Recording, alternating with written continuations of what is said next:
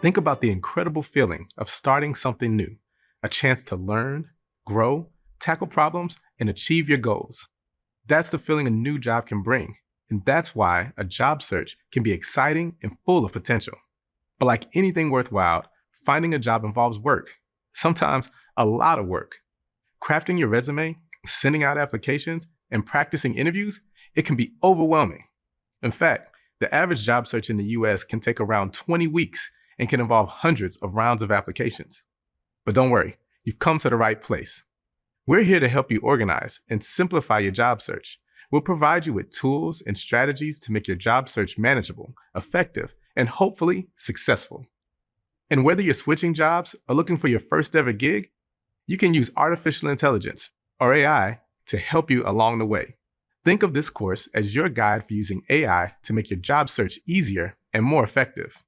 You'll learn by watching demos, and then you'll get to practice using tools that can simplify the process. By the end of the course, you'll have identified your transferable skills, built a career identity statement and job search plan, and assembled a refined resume that's customized for different jobs. You'll have curated a professional online profile and put together an application tracker. You'll also learn best practices for networking, develop a 20-second professional pitch, and will be prepared to interview confidently. Plus, as a bonus, you'll gain a library of AI prompts that will help you continue collaborating with AI during your job search. You can use this job search roadmap to follow your progress. It shows the different activities you'll complete in each section and how each step of the process lays the foundation for what comes next. To bring you the latest and most relevant job search tools and advice, we collaborated with a range of experts in the field. This includes employers, recruiters, and professionals specializing in employment who can provide their insights on application and interview expectations. Career guidance professionals from higher education institutions share their methods for preparing students for the job market. Additionally, we consulted Google Career Certificate graduates who successfully leveraged their new certificate knowledge in their own job searches. You'll hear directly from some of these experts throughout the course, and their valuable insights are integrated into the content. I'm also here to share my perspective as a hiring manager and to guide you through this course. My name is Tony. I'm a senior program manager at Google. For the first 15 years of my career, I was involved in traditional finance. But the last 8 years, my focus has shifted to something I'm incredibly passionate about: helping early talent grow and succeed in their careers. In this role, I'm part of a team that's been at the forefront of exploring how AI can make people more effective in their current work and help them strategically plan for the future. So let's get you started on the path to an easier job hunt.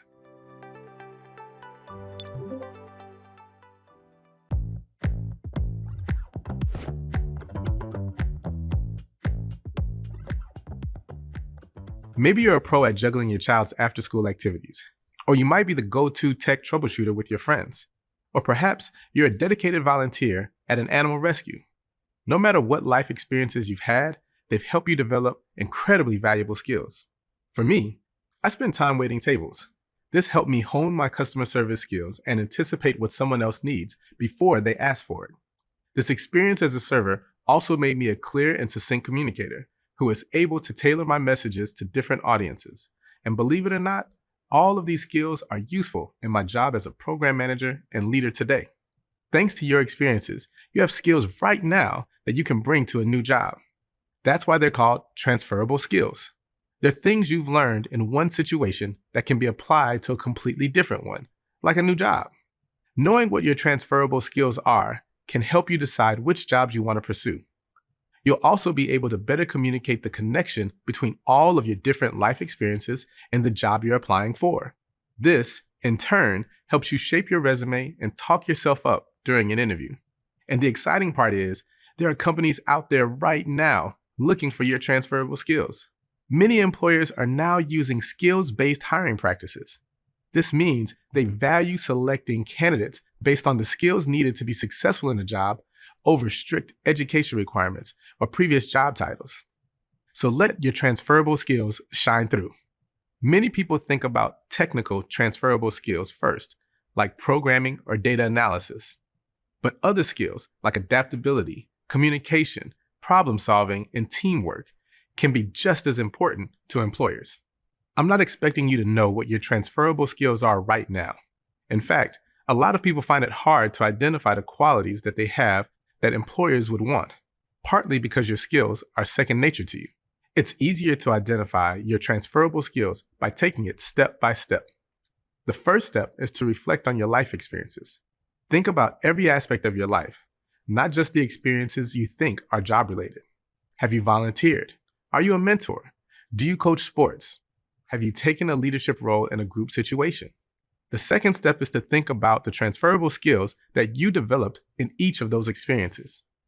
For example, did your volunteer position involve any detail-oriented administrative duties? Did you need to brainstorm fundraising ideas? Were you in charge of an in-person event? Take a moment to reflect on your own experiences and jot down the skills you built while doing those activities. The third and final step is to think about how your transferable skills can lead to a potential job. Here are some examples of how this works. Project management roles often require strong communication and planning skills. An executive assistant may already have these transferable skills because their job involves managing complex schedules, coordinating meetings, and communicating with their stakeholders. In other words, an executive assistant might have transferable skills that are relevant for a job as a project manager. Let me share one more example. Many roles across various industries require the ability to be a team player and a strong collaborator. These are transferable skills that can be developed during military service, in sports, at school, or in other environments that involve collaborating with diverse personalities to meet a shared goal. You're already carrying around a good amount of valuable skills, so you might be further along in your job search prep than you originally thought. As you move through this course, you'll learn how you can tap into these transferable skills throughout your job searching journey.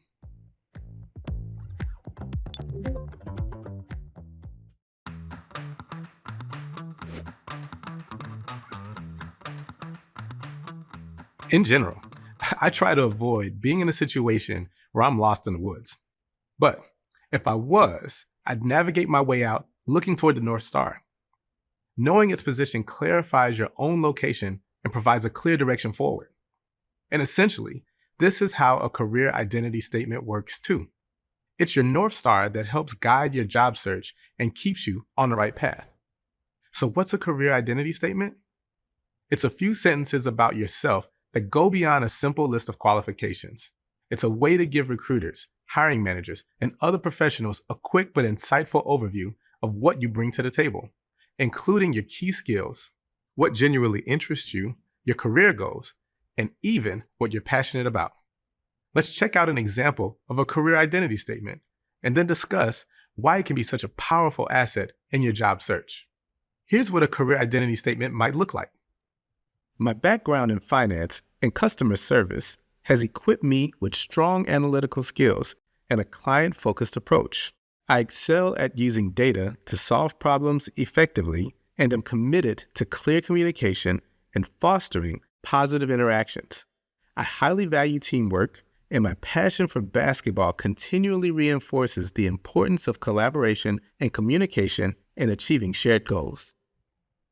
This career identity statement works well because it clearly lays out a valuable and pretty unique mix of skills and experiences. By calling out both my analytical side from finance and my focus on customer service, it immediately shows that I'm well-rounded. Plus, mentioning specific backgrounds in finance and service adds some weight and gives a clearer picture to what I can actually do. Finally, mentioning my passions adds a personal touch and illustrates what truly motivates me in my professional pursuits. When you're pulling together your own career identity statement, steer clear of being too general. Use specific skills and examples instead of vague phrases. Also, make sure it's focused.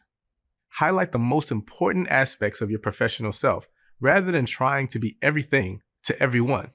Keep the tone positive and genuine, and avoid anything that sounds arrogant or negative. And finally, aim for clarity and conciseness. A short, impactful statement works best. By combining your skills, interests, goals, and passions into a career identity statement, you'll be able to present your most authentic self to the job market. Now, You might be wondering, where will I share my shiny new career identity statement? You can use this statement when you're networking or introducing yourself. You can incorporate it into a cover letter or job inquiry email. And you can even use it in your professional bio for an online profile. In just a few sentences, you can highlight what makes you unique while also narrowing in on jobs that match your goals and values. At this point, I hope the job searching process is starting to look a little less like an insurmountable mountain and more like a gently rolling hill. Now that you're on the right path and looking north, let's keep going.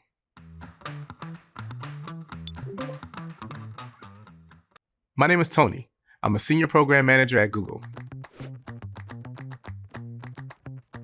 Career Dreamer is an experimental tool that uses AI to make career exploration easier and more personalized to you, using your unique background and experiences. Career Dreamer pinpoints tasks and skills you've likely developed in other roles, also known as your transferable skills. Career Dreamer bases these skills on real job data from trusted sources like Lightcast, ensuring they reflect actual job requirements. Then, using the skills identified, Career Dreamer helps you draft a career identity statement, which, as a reminder, is a clear and concise way to communicate who you are and what you have to offer professionally. It can streamline your search by helping you narrow in on jobs that are aligned with your career goals. Let's start using Career Dreamer to help uncover transferable skills based on your previous experiences and interests. If you want, you can follow along with what I'm doing on your own device. You can access Career Dreamer by visiting grow.google/Career Dreamer. First, you're asked to share a current or previous role you've had. For this example, let me share a little bit about my own background. My first job out of college was in public accounting. Then I took a break from corporate America to help my dad start a business, and during that time, I worked as a bartender and server. So I'll start by first adding accounting associate. Click next, then add finance to the question about role and industry, which I should note is an optional field and can be skipped if you wish. Career Dreamer will populate a list of related tasks that, in this case, an accounting associate likely performs in their role. I'll choose a few relevant ones based on the work that I did and click Next. Then, Career Dreamer draws on real job market data to break down these tasks into transferable skills. When we hover over each skill, there's a helpful explanation of why the tool included it. Let's select a few like problem solving, which I did a lot of in my accounting role, financial analysis, data entry, and because I had to pay close attention to my work to avoid costly mistakes, I'm going to choose attention to detail, an area I had to spend a lot of time on. Next, Career Dreamer presents the building blocks of my career identity. On the left, there are 4 categories: experiences, education, skills, and interests. Notice that the transferable skills I choose are already filled in. On the right, the tool has already started crafting a career identity statement. To get a more complete view, you can add details about your education, like an associate's degree, bachelor's degree, or a professional certificate. For the sake of this demo, I'll put my high school experience, then click Next. To pinpoint the specific skills I gained during high school, the tool asks my favorite subject. Mine was physics. Now, I'll add the transferable skills I learned from physics to my list. This helps fill out the list of transferable skills even further. For these, I'm going to choose scientific method, technical communication, and also teamwork. You'll notice that as the list of skills grow, the career identity statement updates along with it. So let's look a little closer at the career identity statement that Career Dreamer has drafted. What I see here is a great place to begin, but I think we can make it even richer by adding more background information. Let me add in the bartending job I mentioned earlier to see what skills might surface there. I'll put in service industry as the industry. Then the tool will generate some insights, and we can pick some relevant activities, and then relevant skills. Now I want to add some of my interests. For me, I'm passionate about basketball. I loved playing when I was younger, and now I watch my son play. I'll choose a few reasons why I like the sport. And now, the identity statement has been updated with this new information. If you want to keep exploring different ways to phrase the career identity statement, click Regenerate, and Career Dreamer will rewrite it. And don't worry, you can always see the old drafts by clicking version history. Once you land on a version you like, copy and paste it into Google Docs so that you can continue to edit and adapt it. Remember, you want to make sure that your career identity statement authentically represents you. When you create your own career identity statement, I'd recommend adding it to your job search portfolio, a folder where you can keep all of the helpful materials you'll create in this course. Now watch this. Clicking Explore Paths will reveal a variety of career possibilities tailored to your career identity. Each job shown draws upon at least some of the skills we selected. The central filter allows you to customize job results. Let's say I uncheck experiences in education. The tool now prioritizes roles based on my skills and interests. Notice the variety of positions that may align with your transferable skills. Let me click on one of the roles, say financial analyst, so we can learn more about the job description, the average salary, and the level of degree typically required. Then as I navigate down, Career Dreamer shows some of the ways that skills I identified overlap with this role, what a day in the life in this role looks like, and areas in which I could focus in order to be an even better match for roles in this field. Pretty cool, right? There are other ways you can use Career Dreamer after you've identified your skills and generate a career identity statement. For instance, let's say you want to find local financial analyst roles.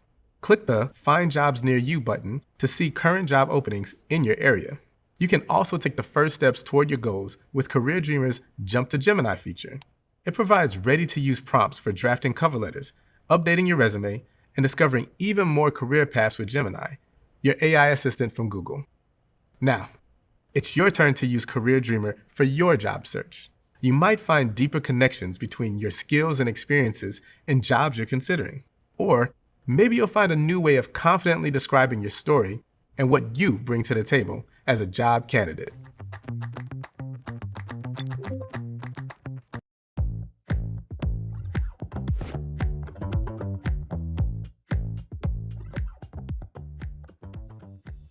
Ever tried a new recipe? Gathering ingredients, following steps, and timing things correctly lead to a great meal and a satisfying experience.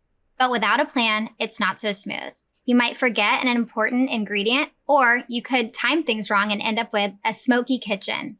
Studies show that people with a job search plan are 30% more likely to get an offer and 26% more likely to become employed.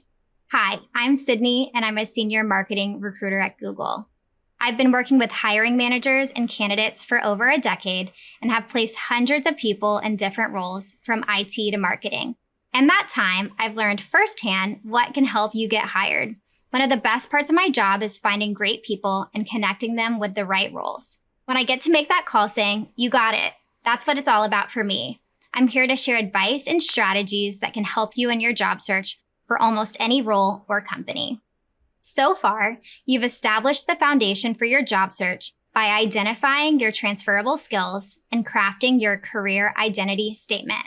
Now, with a clear understanding of what you have to offer and how to articulate it, you're ready to build a job search plan.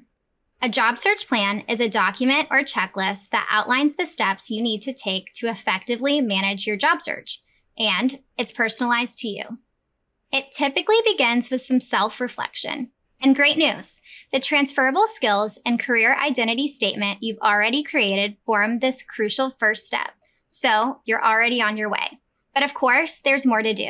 The good news is that AI can help you build a personalized plan for your search. While there are lots of Gen AI tools out there, I'll show you how to build a job search plan using Gemini, an AI assistant from Google. The techniques I'll show you work with other generative AI tools, including ChatGPT, Copilot, or Claude. And remember, while you'll learn many ways to use AI in your job search, always treat AI-generated content as a starting point. Review everything for accuracy and adapt it to authentically represent you. Using Gemini is as simple as explaining what you need help with and giving plenty of details on background. Think of it as having a conversation to get to the information and ideas you need. The more context you give Gemini through your input, called a prompt, the more helpful results you'll get. The Google Prompting Essentials course covers all you need to know about writing a great Gen AI prompt, so check it out if you want to learn more. Now, without further ado, let's start building your job search plan To follow along with what I'm doing, visit gemini.google.com. First, ask Gemini to outline a job search plan. Tell it about your needs. You can also include background about yourself, like your career identity statement. You could prompt Gemini with something like, act as a career resource. Help me outline a practical job search plan. Create a step-by-step plan to find a new job as a marketing coordinator. For reference, my career identity statement is, and then I'll copy and paste in the career identity statement. Now, let's check out what Gemini comes up with. Okay, this is helpful. Gemini has outlined the steps to search for a job as a marketing coordinator. It covers everything from understanding yourself to evaluating offers. One thing I find particularly useful is that it uses the unique career identity statement from the prompt to personalize each step. You can use a prompt like this to create your own job search plan. Just plug in the type of job you're looking for and your career identity statement. From there, you can continue adding follow-up prompts to dig deeper into any of the steps and customize the plan further. For example, you could ask Gemini to suggest more job boards in a specific industry that you're interested in. Or you could ask about common challenges people face when they are trying to transition into that role. To get more specific results, you could even include the amount of time you are able to spend each week on your job search plan. This will help Gemini prioritize which job search activities are most feasible and effective for you.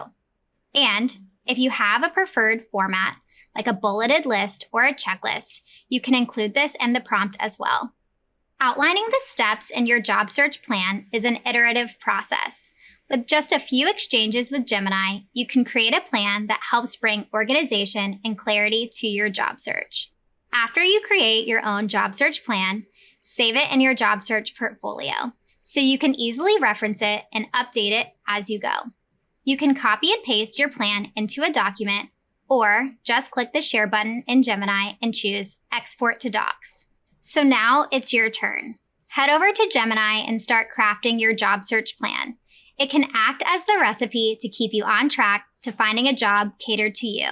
No smoky kitchens included.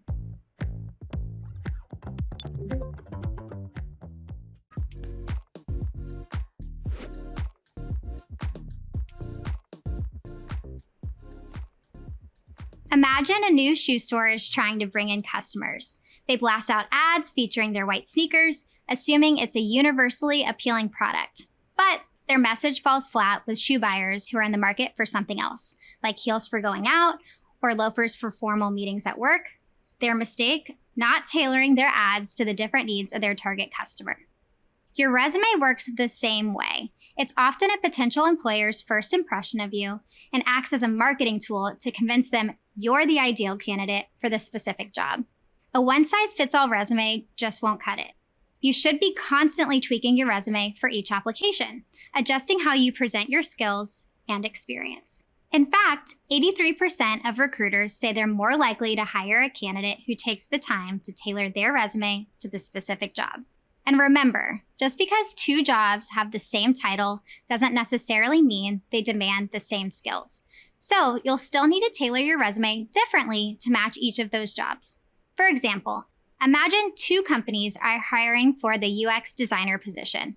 A large e-commerce company might be looking for a UX designer that has skills like conducting extensive user research and designing for a complex website. But a startup looking for a UX designer may want someone who has skills like rapid prototyping and executing A/B testing for their mobile app. While these two jobs have the same title, UX designer, they may not be looking for the same skills.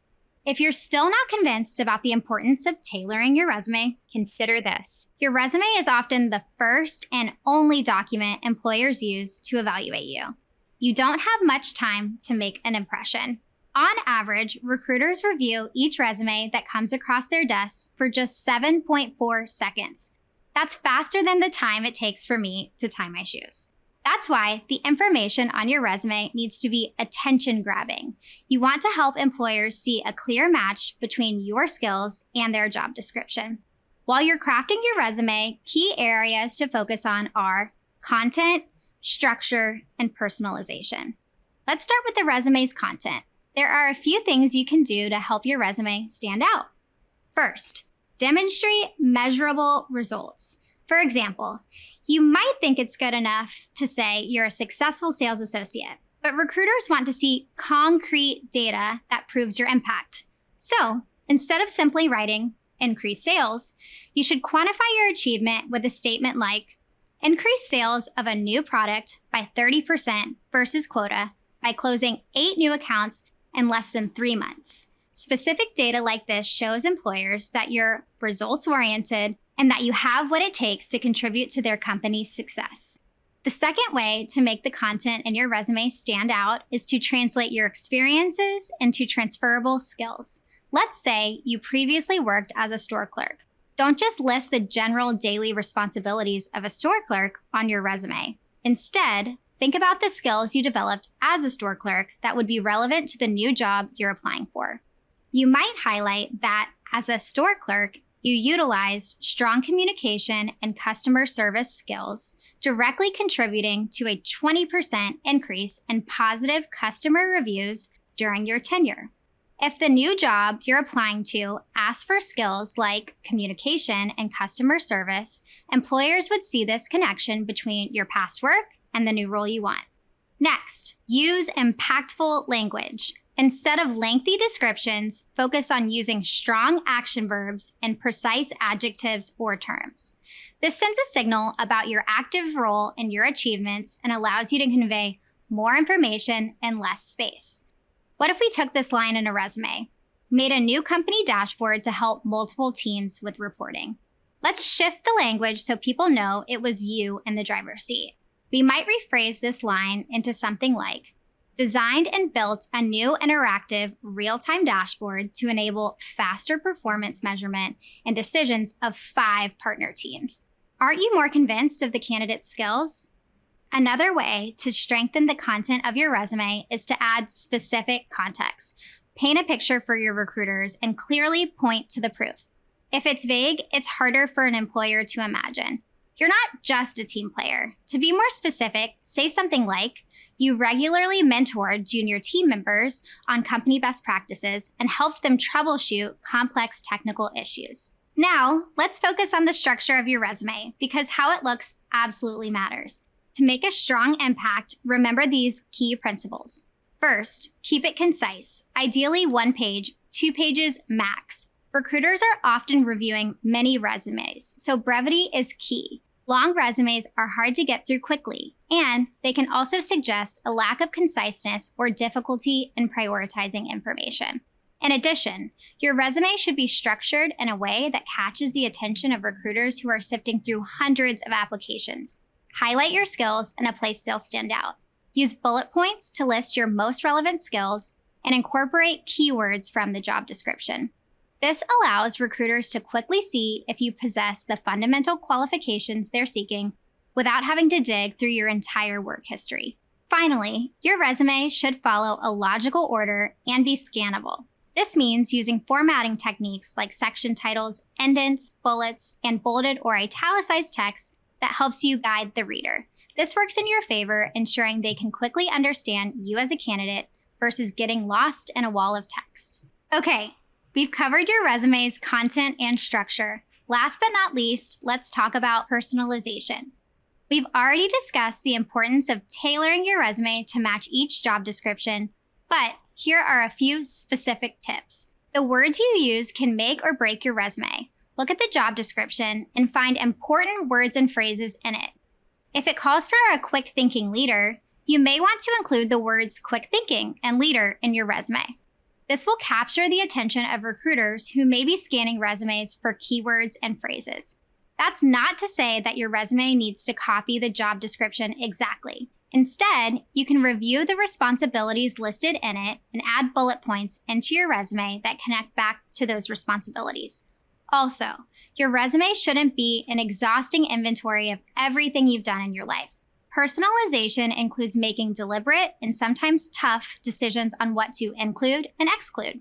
You might even want to elaborate on the experiences that match the keywords and responsibilities in the job description and remove experiences that are less relevant. I really could go on and on about the importance of concise, tailored resumes, but I'll take my own advice and keep myself brief.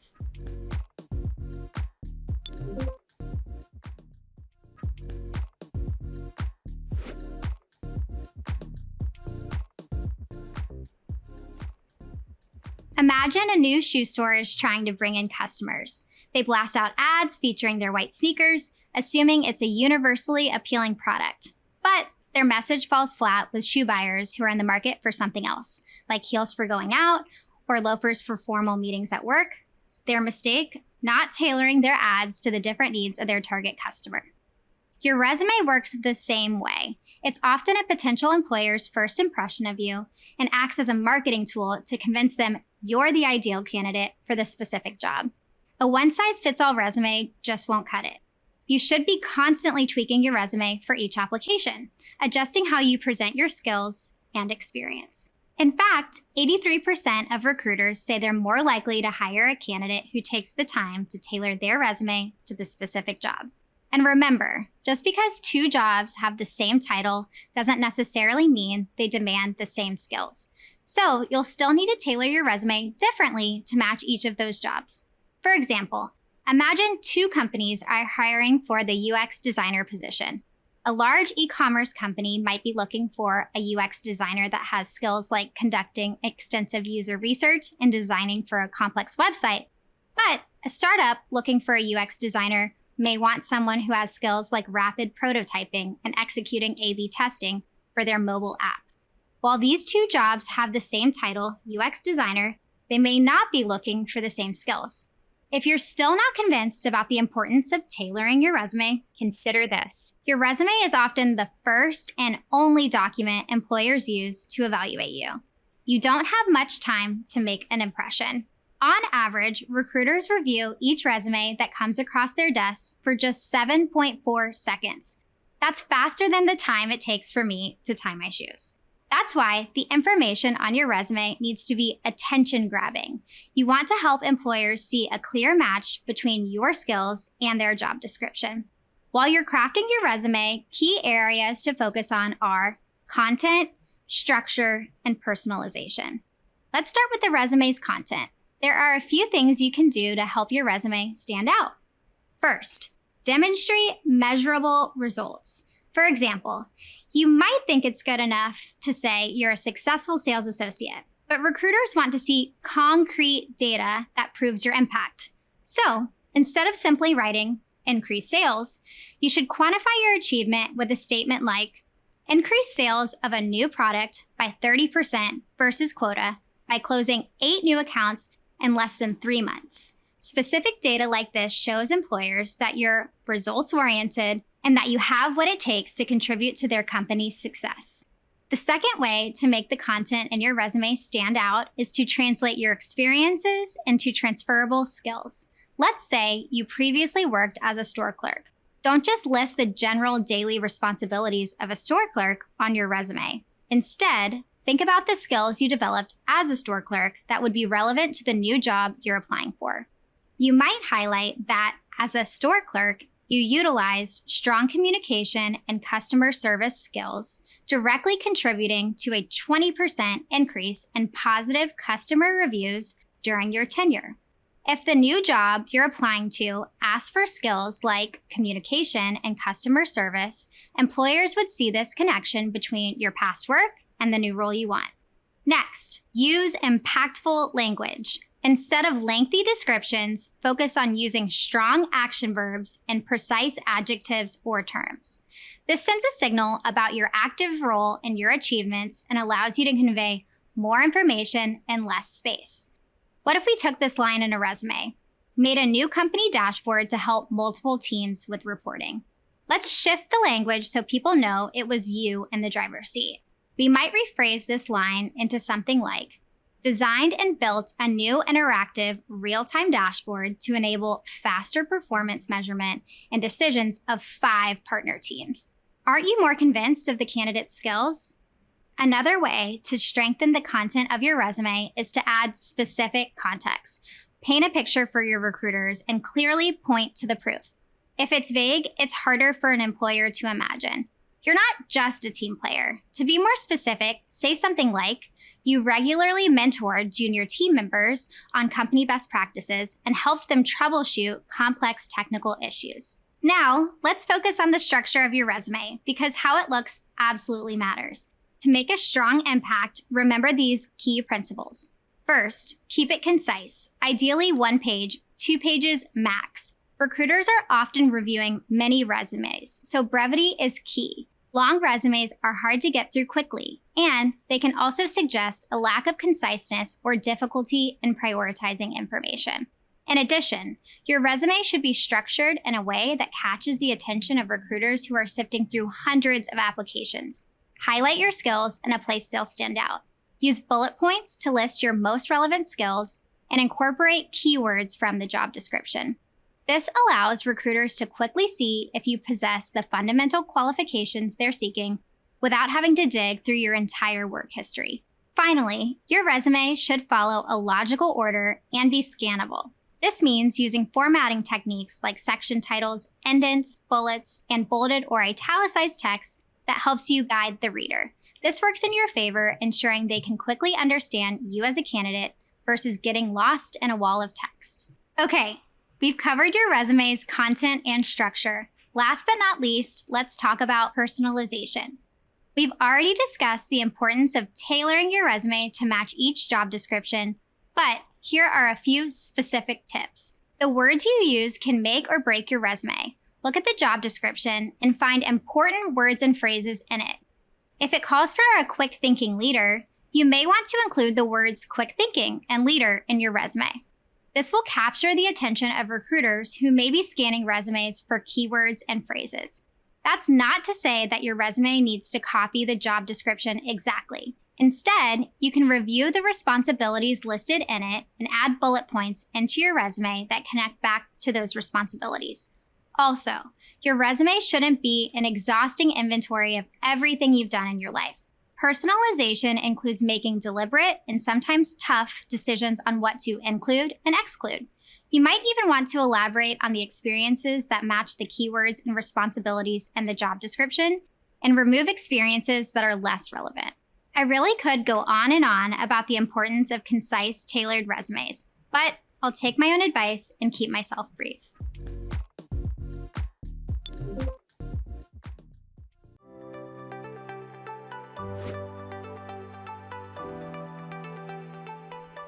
Before we jump in, take a moment to look yourself up online. Does what you see accurately reflect the professional you want to be or already are? Now, put yourself in the shoes of a potential employer. Would anything about your online presence make you hesitate to hire this person? In today's world, potential employers can easily look you up online. Your online presence is your personal brand, so make sure you're presenting yourself in the best way possible.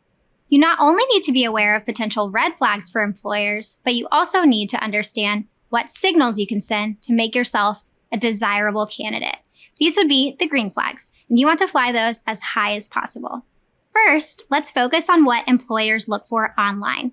This is an opportunity to present a personal brand and identity that aligns with the company's hiring and your target industry. So, how can you achieve this? One approach is to highlight relevant projects you've already been involved in, particularly on professional networking sites. Then, go further by elaborating on your specific role and the results you achieved. If you have limited work experience, discuss activities like volunteering or personal projects, emphasizing the real impact you made or the skills you developed. Similarly, on social platforms, it's great to repost industry news or like other people's posts. But take that one step further by actively engaging, adding your own commentary and sharing your own perspective. Making your interests and skills clear and easy to understand across platforms can act as an advertisement for you to potential employers. This will help showcase your ability, your passion for the field, and your unique perspective. Think about the key interests and skills that align with the jobs you want to target. What kinds of content can you start sharing today that showcase these interests and skills well? If you're already experienced in your field, share advice you had wished to receive. If you're new to your field, share your fresh insights with others. Both of these perspectives can help capture the attention of employers who are drawn to candidates who are continually learning from past successes and failures. This demonstrates a growth mindset, a commitment to ongoing learning and development that employers seek. Before you go full tilt posting, remember that being online comes with some risks too. Today, there's no real distinction between your personal and professional online presence. Posts or comments that your friends might appreciate could be misinterpreted by hiring managers. So always be mindful and keep things professional.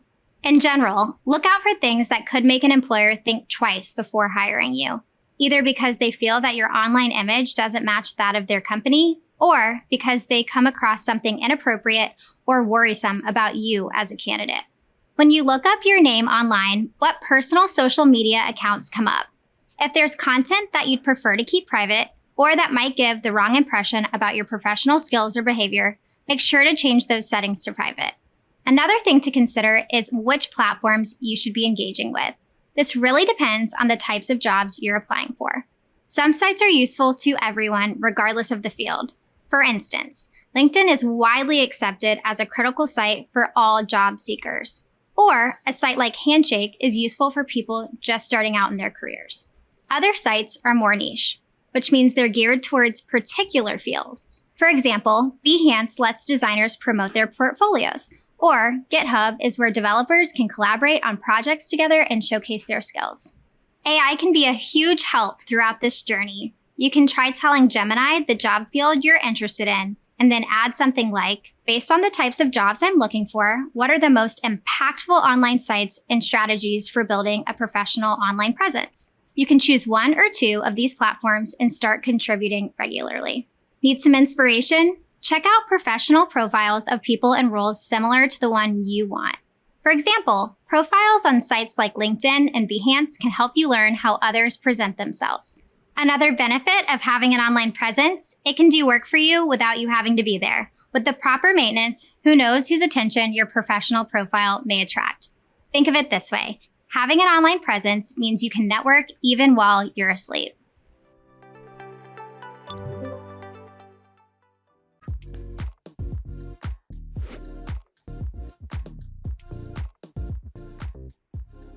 Here's a surprising fact. Over half of job seekers say they spend more time looking for a job than looking for love. I'm not an expert in relationship advice, but I'm fairly comfortable saying that it's overwhelming to sort through all the online job listings that exist on a variety of platforms out there. That's why I'm going to show you how to focus your time and energy on job platforms where you'll get the most results. Let's take a moment to orient ourselves in the job search process. Your transferable skills and career identity statement act as filters that can guide you to platforms that specialize in roles and industries that align with your strengths and goals. Then, your resume helps you recognize job titles and descriptions that are relevant to you. Now, you're ready to begin researching job platforms to see which ones match your needs and goals. First, you might check out general job boards like Career Builder, Indeed, and Glassdoor, which are common starting points for many job seekers. If you're a Google Career Certificate graduate, you should also explore the thousands of job postings from our employer consortium members who are specifically seeking individuals with your skills.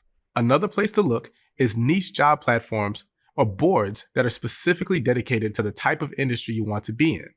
For example, Behance is a great resource for creative professionals, and USA Jobs focuses on government positions. I also recommend you check out professional associations in the industry. For example, the National Health Career Association is a key job resource for healthcare professionals. It can also be helpful to follow associations like these on social media, as they often post jobs or host in-person networking events. Lastly, remember that companies often post their job openings on their own websites. So, if there are a few companies that have already piqued your interest, you can treat them as a type of niche job board as well. As you uncover different sources of job postings, note them down and consult them regularly. To cover your bases, I'd include a mix of general job boards, specialized platforms, and professional associations. Once you've chosen a few job search platforms and have begun narrowing in on some promising job leads, make sure to investigate the hiring companies too. A couple tips to keep in mind. Visit the official company websites and social channels to learn more about their work and identify potential talking points for interviews. Read employee reviews on sites like Glassdoor and learn what their employees are saying about them on social media. This can give you a holistic sense of the company and its environment. You just discovered how to avoid getting lost in a turbulent sea of job listings by focusing on the platforms and companies that best align with your skills and interests. Now you're ready to navigate your way to the next phase of your job searching journey.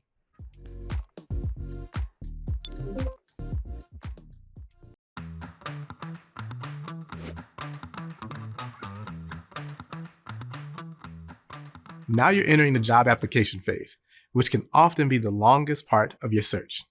You'll likely be submitting numerous resumes during this time.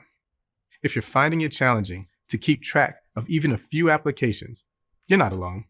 But fear not, we're here to help make things easier for you through the power of Gemini and Google Sheets. Having a system to organize your applications is incredibly helpful. Knowing where and when you applied, who you've communicated with, the outcomes of your applications, and the platform you use, all of this can be easily managed with a spreadsheet. So, what should be included in your job search tracker? Start with the basics, like the job title, the company, the job posting link, and the date you applied. To keep things organized, you can also track which resume and cover letter you used for each job application. In addition, you may want to include information about the company you applied to, such as the company name, website, and industry. Having the website readily accessible saves you time when you need to revisit their About Us page, and tracking the industry can help you identify patterns in your job search and refine your focus if needed. Finally, make sure to track your progress, like the dates of calls, interviews, and any offers or rejections. This will help you stay on top of everything. Creating a spreadsheet from scratch that includes all of this information can feel overwhelming. So, to simplify things and give you a head start, we've created a template that you can easily copy and customize for your own use. Remember, this template is a starting point. Feel free to tailor it to your specific needs, just like you do with your resume. First, let's talk about the job description column. Of course, a full job description is available in the posting itself, but including a short summary in your tracker can help you quickly identify each opportunity. It can also act as a reminder and a differentiator between the various roles you're applying to. This summary can be particularly useful in industries where job titles are similar across different companies. For example, if you're applying to 10 different jobs that are all called IT support technician, then a short summary of each of them can help you keep track of which one is which. Simply copy and paste the job description and ask Gemini to summarize it in 2 or 3 sentences for easy inclusion in your tracker. In your tracker, I'd recommend including both the link to the full job description and the summarized version. Another important column is company research. Understanding a company is key when learning about a role and deciding whether to apply. And it's especially important before an interview. Showing interviewers that you know their company's history and priorities proves your interest in the role. For a broad view, explore the company's website, LinkedIn, recent news, and their social media. Aim to understand their culture and recent activities. For deeper insights, you can use Gemini Deep Research. This advanced feature acts like a research assistant, analyzing diverse sources to pinpoint a company's trends and business drivers. You can tell Gemini that you have an interview coming up at a company and provide it with a job title. Then you can ask it to research the company's current needs and priorities. Then, Gemini Deep Research will create a research plan and a detailed report that you can save and link in your tracker. You can even get an audio summary. It's important to keep in mind that Gemini Deep Research might be less effective for very small or local businesses that have limited information online. You can also leverage Gemini to summarize your findings for easy entry into the company research column of your job tracker. This allows you to quickly recall top-line information about each company. By using the job search tracker template and leveraging Gemini to help you fill in the information, you'll be able to stay organized, informed, and proactive throughout the application process. Once you've started using the tracker, keep adding information as you go. It's a living document. And don't forget to add it to your job search portfolio so that you can continue to keep everything in one place and use it to keep yourself on track.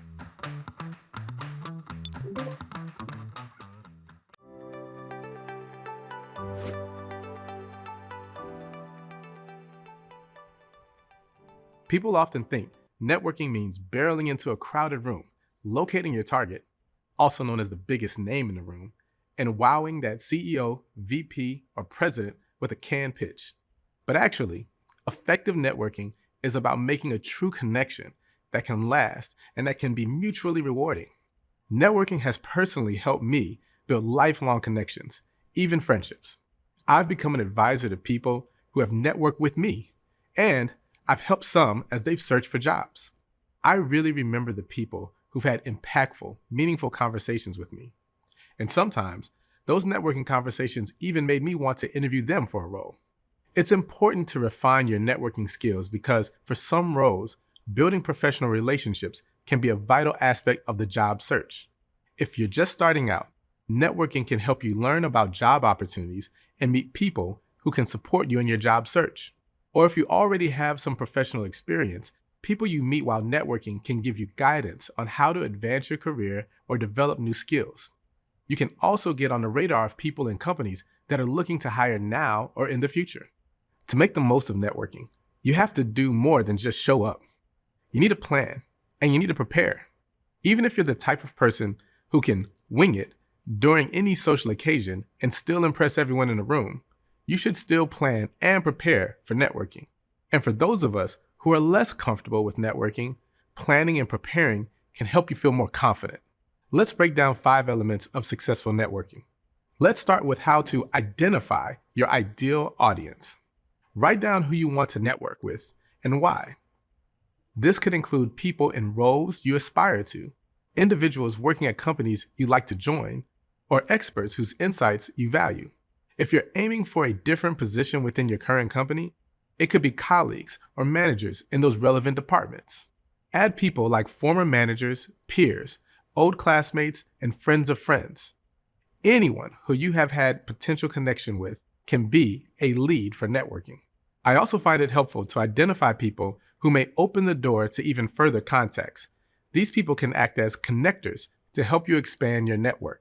Checking out your connections on professional sites like LinkedIn can help you find those second and third connections.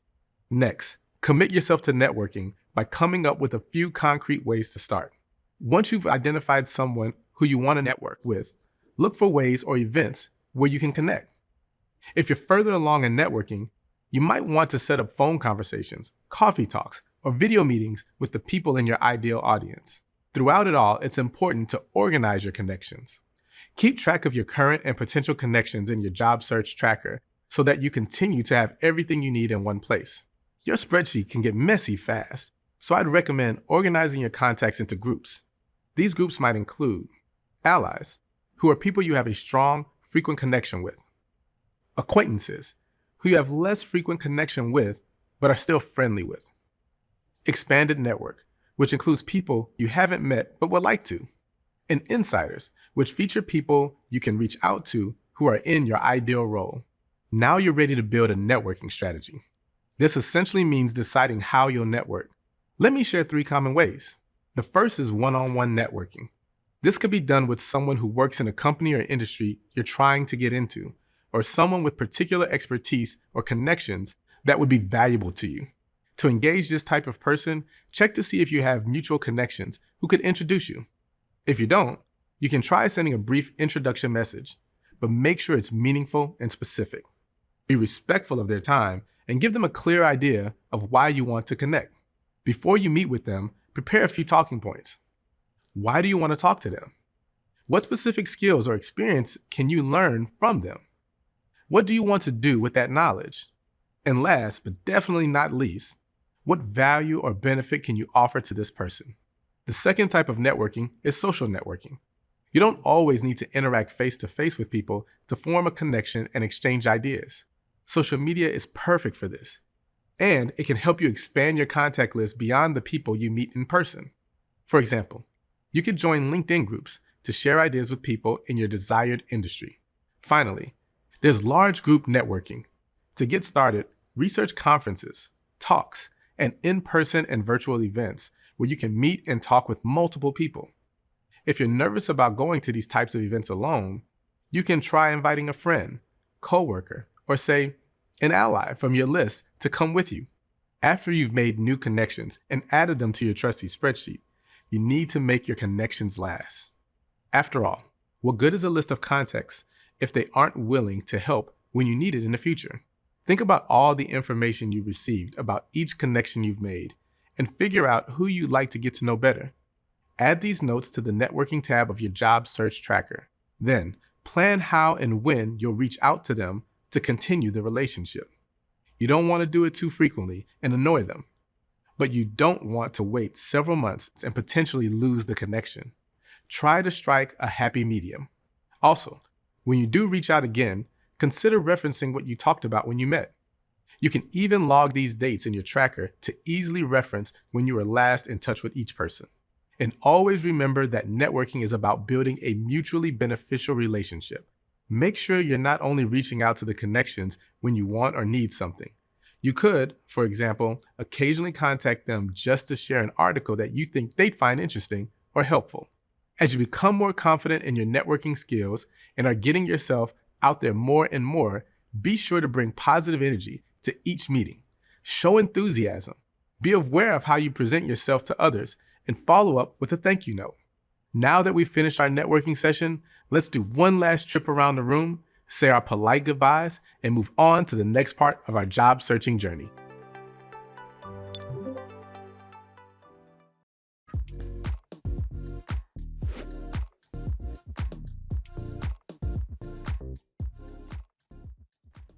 You've put in the foundational work by understanding what you have to offer and how to articulate it, and by crafting applications that showcase your skills.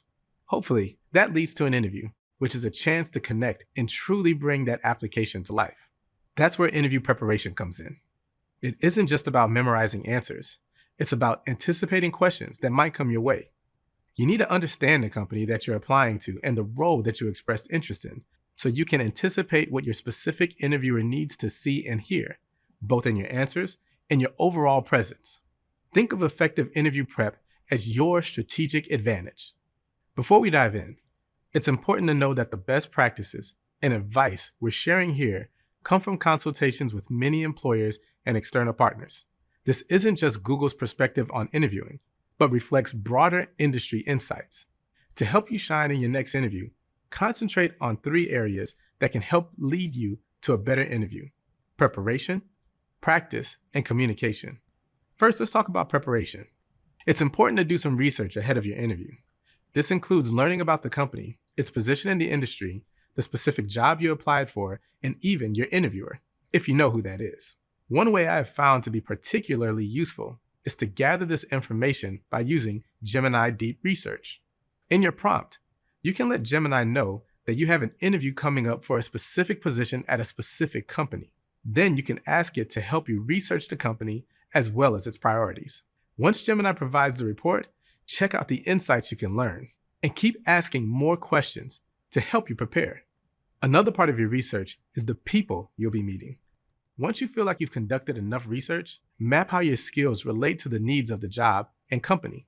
For example, an interviewer may ask why you'd be a good fit for the job. You could say you're passionate about the industry, but everyone says that, and it's a little bland. Instead, show you've made the effort to do your homework about the company. You want to prove that you understand their goals and that you've got the skills to match. You could say something like, I understand your company is currently focused on increasing its brand awareness within the local community. In my previous role, I managed our outreach program, which resulted in a 20% increase in engagement with local organizations and a noticeable uptick in local customer inquiries. An answer like this immediately ties together your skills and their current needs. It's also helpful to prepare answers for questions you're likely to face. Many interview questions vary from job to job, but there are some reliable classics you should be ready for. Questions like, what are your biggest strengths and weaknesses? And tell me about a time you overcame a challenge are very common, so have some answers top of mind. By preparing some examples and anecdotes that you can speak to in advance, you'll be more at ease in the actual interview, and you will be able to articulate your responses more clearly. Next comes practice. Practicing your answers ahead of time is key to success. When you say possible responses out loud, whether with a friend or in front of a mirror, you'll get used to talking about your skills and qualifications. After you've identified some of the stories you want to tell, share them aloud not just once, but multiple times, so you become more naturally conversational in the interview setting. So you've prepared and you've practiced a lot. What about communicating during the real interview? Speak naturally and authentically. Don't be afraid to show your personality. That kind of openness can help you connect with your interviewer and make you more memorable. When the time is right, try asking the interviewer unique, thoughtful questions too.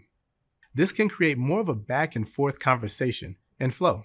And remember, interviews aren't just for the company to learn about you. They're also a chance for you to learn about the company. Ask things like how they measure success in the job you're applying for. Then, use their answer as a jumping off point to share why you'd be a good fit. For example, if they say they measure success by total sales and customer satisfaction, don't just say, cool. Instead, say something like, great. In my volunteer work, I find that higher customer satisfaction and strong overall sales were interconnected. I sold out our tickets to our annual fundraiser 3 years in a row, partly because attendees from the previous year enjoyed the event so much. Over 70% of the tickets I sold were repeat attendees. If you get the chance to interview, even if you're unsure about the job fit, take it. There's no substitute for the real experience you'll gain. If it goes well, remember what works so you can repeat it. If it doesn't go well, write down what you can improve on the next time.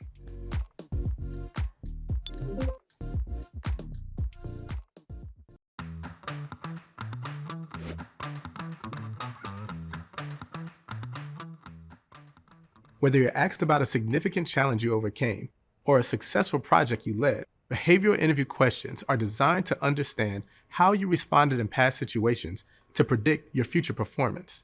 The STAR method is your go-to strategy for tackling all of them. Let's dissect the STAR method with an example so you can unleash its full power and impress interviewers. STAR stands for situation, task, action, and result. It's a storytelling framework that can help you communicate your experiences and skills in a clear, concise, and compelling way. This will help the interviewer understand exactly how you successfully managed certain situations. How might this come to life in a real interview? Well, let's go through each part of the STAR method by answering this question. Can you tell me about a time you failed and what you learned from this? Start with the S, or situation. Set the scene for the interviewer by providing important background and context. Where possible, give vivid details, but don't go overboard. Focus on the most critical information so they understand what happens later. So for our example, let's describe the situation. I worked at a company that produced kitchen appliances, and we received a big order from a retailer. But a shipment of an essential part from our usual supplier was unexpectedly delayed, which caused an urgent supply chain issue at the warehouse. Next, describe the T, or task. Share your role and responsibility in the situation. What were you trying to achieve? This could be something like, I was responsible for all ordering and procurement, so the potential part shortage was on me. I needed to find a way we could secure new units of that part so we meet the customer's deadline. Then, detail what action you took to problem solve the issue. That's the A in STAR. In my opinion, this is the most crucial part. Describe the specific steps you took to address the situation or complete the task. Focus on your individual actions and contributions using I statements. For instance, I quickly researched new suppliers that met our quality standards, and I found one who could deliver the part immediately. Finally, share the clear and measurable result of your actions, the R. If possible, quantify your results with numbers or specific data. It's also good to mention what you learned from the experience. In this case, I managed to get the part the next day from a new supplier, and I was even able to negotiate a price 10% less than our original supplier. I also implemented a new system with backup suppliers for every part to ensure we had a plan for it if we had shipment delays again. I learned to look for risk, even in areas where we hadn't had issues in the past, and to have a backup plan. The STAR method can help you answer tough interview questions like this one and gives you a chance to showcase some of your key skills, namely quick thinking and problem solving. The STAR method can also help you keep your answers short and to the point. This is a lifesaver when you're nervous and you're more prone to rambling. Let me share a second example about how the STAR method looks in practice. As a hiring manager, I often ask about challenging stakeholder situations. One candidate's answer really stood out. When I asked about a difficult stakeholder, they immediately framed the situation, a product launch where the head of sales disagreed with their marketing plan. They then described the task, needing to find a compromise. What impressed me was their description of the actions. They explained how they use data market research and customer personas to support their strategy and understand the sales team's goals. This led to productive discussions and a blended approach. They clearly stated the result, a successful launch that met everyone's objectives. This candidate's well-structured answer, clearly outlining the situation, task, actions, and result, effectively demonstrated their problem-solving and communication skills. Even if you're feeling confident about an interview question, the STAR method can help you better highlight your strengths and successes. For example, you can use the STAR method to help you describe how you exceeded expectations, improved the way a task was normally done, received kudos from a customer you helped, or came up with an innovative solution to a problem. These are all common interview questions that you might be asked, so start thinking through your responses now to use the STAR method to its full potential. I recommend thinking of at least 5 stories or projects that you can share with the STAR method. Take a moment to write them down and add them to your job search portfolio. That way, you'll always have a reservoir of compelling anecdotes that are interview ready. When I'm the one in the hot seat, interviews still give me unwanted butterflies, but the STAR method has helped me present my best self. With practice, I hope having this tool in your belt will help you feel more confident for different questions that might come your way.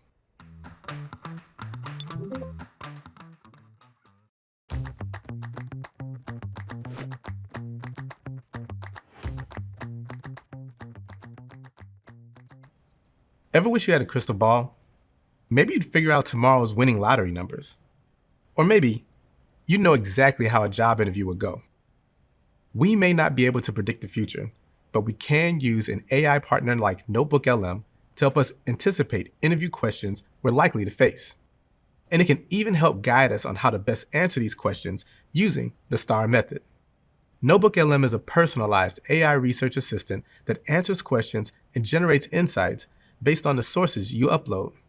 It's an excellent resource for all kinds of project management tasks, including your current project, finding a job. To begin, we'll open up NotebookLM by going to notebooklm.google.com and clicking Create a new notebook.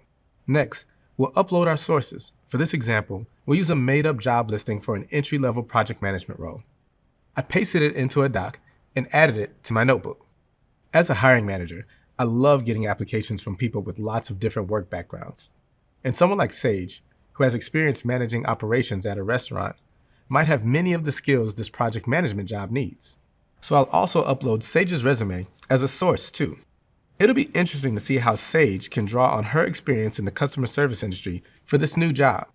You can also add as many sources as you like to help NotebookLM craft its responses by clicking Add Sources.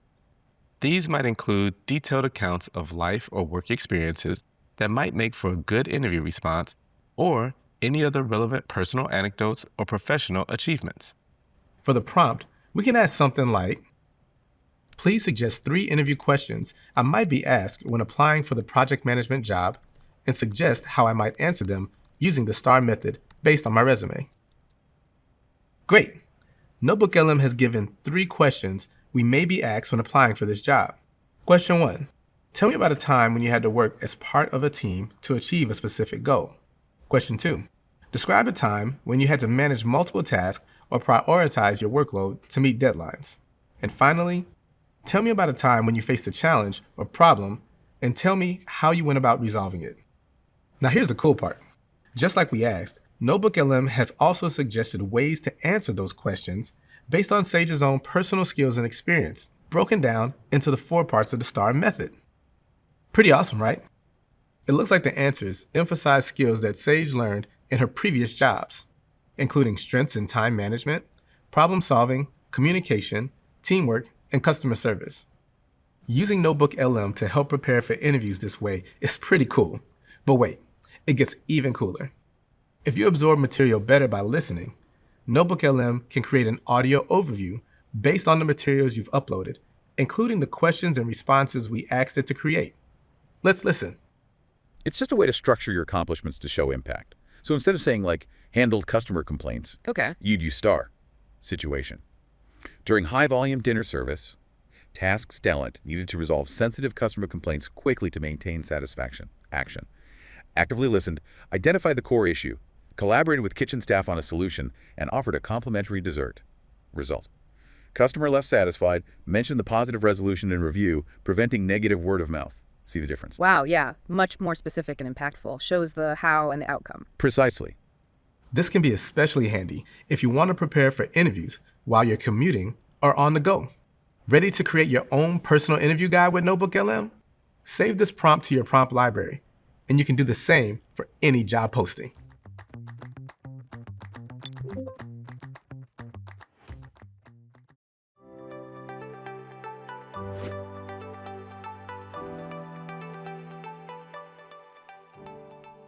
Nailing an interview isn't just about having the right qualifications. It's about how you show up as a person and communicate in the moment. It's hard enough to land an interview, so you don't want to waste the opportunity. Let's explore some ways to practice for interviews so you can feel confident, prepared, and ready to shine. Practicing with a friend or family member offers valuable human connection and diverse perspectives. In addition to that, there's another helpful way to prepare, one that provides flexibility to practice anytime, offers expert-style feedback on your responses, and doesn't require coordinating schedules. That's using an AI assistant like Gemini.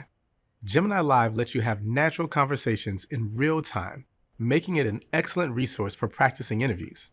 To practice with Gemini Live, you'll need to have the Gemini app on your phone. I'll open the app now. Tap the live icon and jump right into describing the interview practice I want. Let's start by giving Gemini Live some important details about our upcoming interview.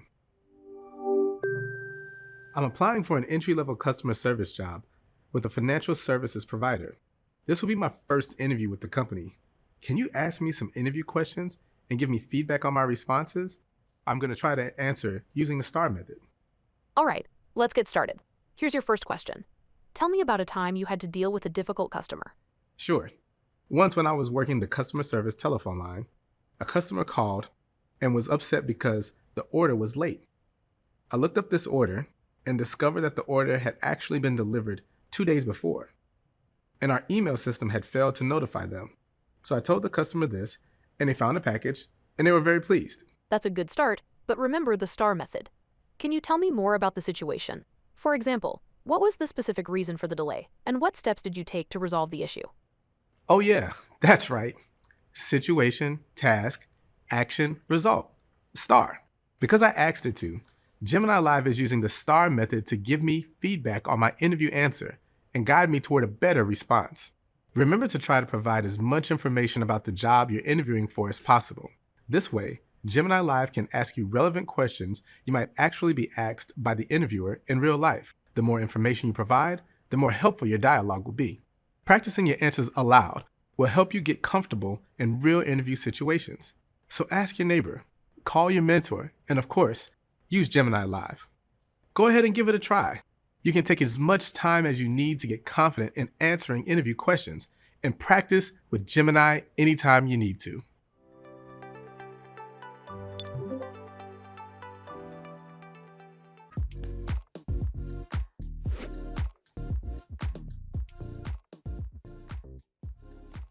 You nailed the interview. Congratulations!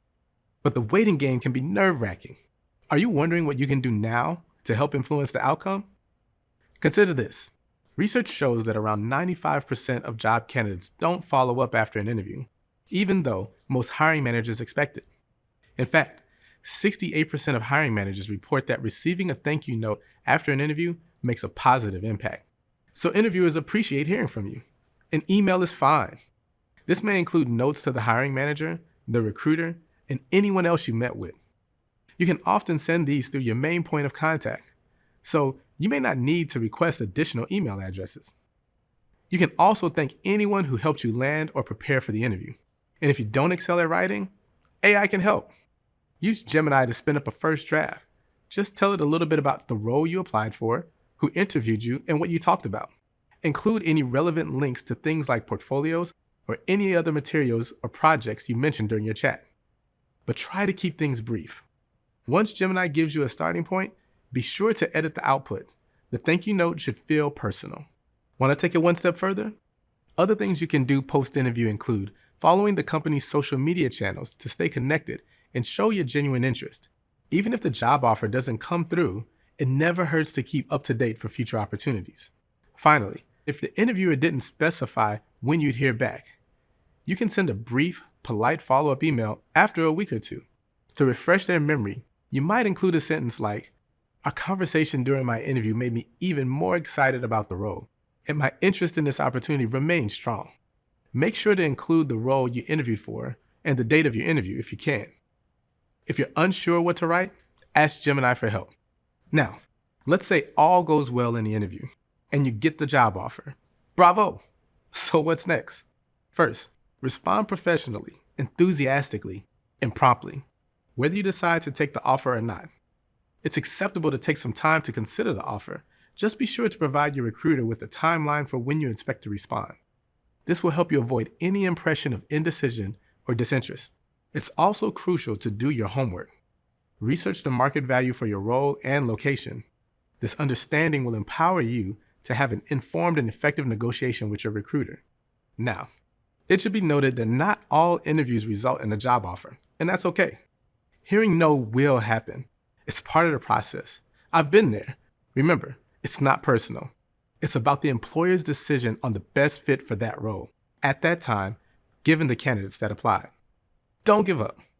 Every interview offers an opportunity to reflect on your performance and make adjustments for the next time.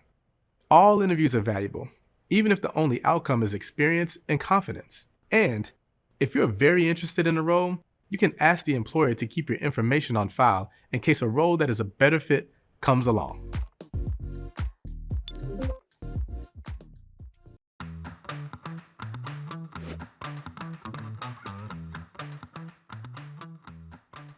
Congratulations on completing the course. I hope you feel more confident and empowered in your job search journey. Let's quickly recap everything you've done. You practice using Gemini, Career Dreamer, and NotebookLM, discovering ways that AI can make your job search journey simpler and easier. And as a result, you filled your job search portfolio with useful ideas and assets. You've identified your transferable skills and created a career identity statement that helps match those skills to potential job roles. You built a job search plan and learned how to tailor your resume for the greatest impact. You also learned how to refine your professional online presence. Then you created a job search tracker to help you stay organized and learned helpful networking strategies. Finally, you learned how to showcase your strengths to employers.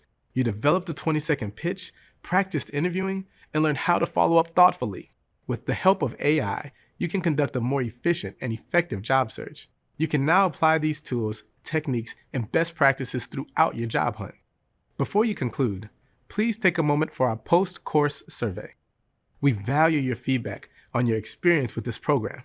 We also invite you to share your own tried and true job search strategies or success stories with us. Thanks for being a part of this course. We wish you the best luck on your job search.